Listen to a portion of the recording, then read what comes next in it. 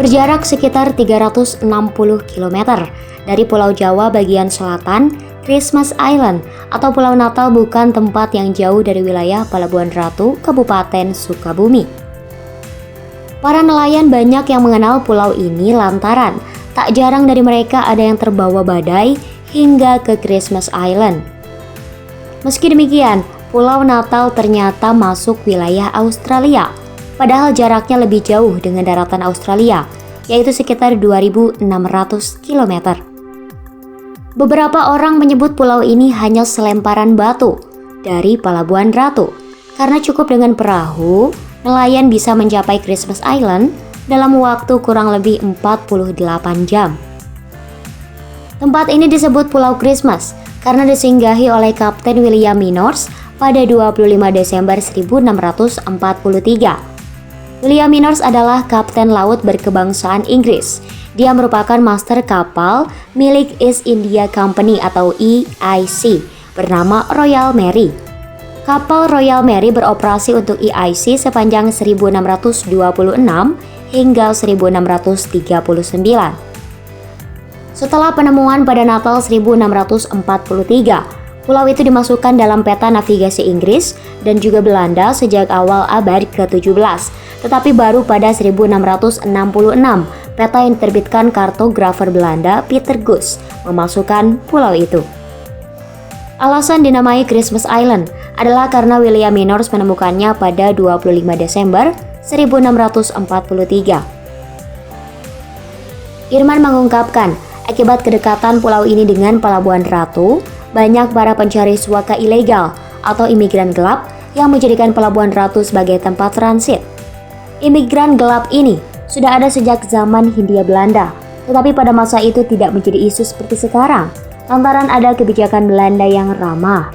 Kebijakan elit Belanda di masa itu lebih ramah terhadap imigran, karena adanya penerapan open door policy atau politik terbuka bagi para imigran ilegal, orang asing khususnya, untuk masuk dan tinggal menetap di Indonesia.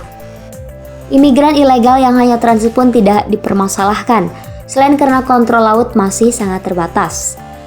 Di era pemerintahan Presiden Soeharto, Indonesia pernah menghadapi persoalan imigran ilegal yang disebut manusia perahu asal negara tetangga, yaitu Vietnam. Bahkan Indonesia pernah membuat penampungan pengungsi di tahun 1977 di Pulau Galang, Kepulauan Riau, meski Indonesia tidak meratifikasi Konvensi Pengungsi 1951. Ketidakikutsertaan dalam ratifikasi ditengarai karena sejak Indonesia merdeka, persoalan imigran gelap tidaklah menjadi prioritas yang penting. Namun seiring perkembangan politik dunia yang terjadi banyak konflik, maka mulai bermunculan banyak pencari suaka yang transit ke Pelabuhan Ratu. Irman menyebut isu imigran gelap ini sempat menjadi persoalan di era Soeharto, di mana banyak imigran dari Vietnam yang masuk maupun transit, salah satunya ke Pelabuhan Ratu ini. Konflik di negara asalnya serta faktor ekonomi untuk mencari peruntungan nasib menjadi pendorong bermunculannya imigran gelap dari beragam negara seperti Irak, Iran, Afghanistan, Sri Lanka, dan lain-lain. Menurut Irman, wilayah-wilayah terpencil seperti Pelabuhan Ratu menjadi salah satu celah yang sering digunakan para imigran ilegal dan pelaku penyelundupan manusia, terutama ke Australia yang memiliki wilayah sangat berdekatan. Di samping itu, ditengarai wilayah Cisarua, Bogor yang tak jauh dari Pelabuhan Ratu merupakan salah satu lokasi tunggu bagi para imigran ilegal yang akan menuju ke Australia dan dijadikan tempat persembunyian hingga waktunya para imigran gelap ini disalurkan oleh para penyelundup.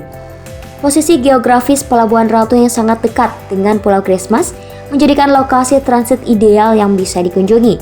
Pantai selatan Sukabumi sangat strategis untuk penyeberangan para imigran gelap menuju Pulau Christmas Australia karena dalam waktu 2 hingga 3 jam mereka bisa langsung sampai di perairan internasional yang berbatasan antara Indonesia Australia. Tak heran, banyak nelayan tradisional yang membantu penyeberangan. Bahkan dalam jumlah tertentu, para imigran gelap bisa mendapatkan kapal, awak kapal, dan kapten kapal di Pelabuhan Ratu yang disewa. Praktik mafia imigran juga mudah terjadi mengingat Pelabuhan Ratu adalah wilayah sepi dan terpencil yang jauh dari pantauan pemerintah pusat. Indonesia yang tak memiliki spektrum hukum yang jelas dalam penanganan isu imigran ilegal dimanfaatkan oleh para penyelundup ini. Indonesia merupakan negara anggota peratifikasi Konvensi Wina, di mana salah satu asas dalam konvensi ini yaitu tidak memperbolehkan adanya penolakan negara terhadap para korban perang atau non-refoulement, sehingga posisi hukumnya dilematis.